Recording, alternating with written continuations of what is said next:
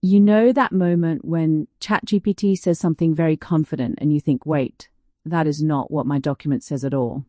That gap is exactly what Retrieval tries to fix. In plain English, Retrieval means the AI looks things up before it answers you, instead of only trusting its own memory from training. According to Pinecone, Retrieval Augmented Generation, or RAG, connects a language model to outside data, so replies are more accurate and relevant. Here is the everyday version. Without Retrieval, asking a model about your company policy is like asking a smart stranger. With Retrieval, it is like that stranger quickly skimming your actual policy PDF before speaking. RAG works in a simple loop. Pinecone describes it as load your data somewhere the system can search, retrieve the bits that match your question, mix those bits with your question as context, then let the model write the answer from that mix.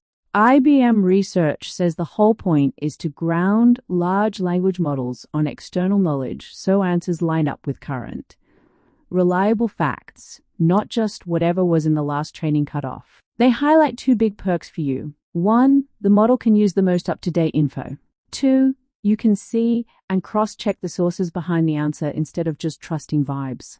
Cloud providers like AWS describe RAG as a way to plug a general-purpose model into your own knowledge base without retraining it. That is geek speak for this is a cheaper way for tools you already use to actually pay attention to your files. Here is the important practical bit. When tools like ChatGPT, Claude, Gemini, or Copilot are connected to the web or your documents, they can perform retrieval before answering. According to Think Automation-based models without those connections do not use retrieval at all. They only rely on what was in their last training snapshot. You can see this in action in ChatGPT. OpenAI's help docs explain that ChatGPT can search the web when your question needs live information. Then it shows you links to those web sources. Those links are your clue that retrieval happened. Let me show you a simple way to use retrieval with your own file. Upload a PDF like a company handbook, then ask the model to answer only from that file and to quote the exact sections it used. Notice what we did there. We told the AI which data to retrieve from, we limited it to that data, and we asked it to show its work so we can spot if it starts guessing. Serious teams already trust this pattern. A medical study in the journal AIMER describes how orthopedic and trauma surgery teams built a RAG chatbot that pulls official guidelines and patient education docs into a vector database, then feeds the most relevant chunks into GPT-4o so answers are grounded in real guidance. For your day-to-day life, you can treat retrieval like a smarter search button on your AI.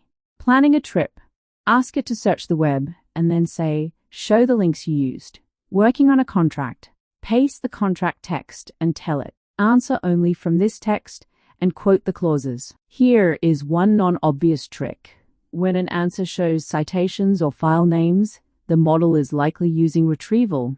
When it gives a very general answer with no sources for something time-sensitive or very specific to you, treat it as a guess and either upload your own docs or switch on web search.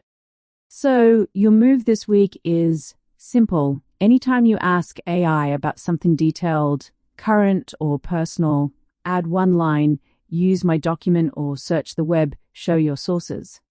That one habit lets you benefit from retrieval instead of getting burned by hallucinations. If this helped RAG feel like a practical switch you can flip, not a buzzword, subscribe for more plain English AI skills you can try the same day you watch.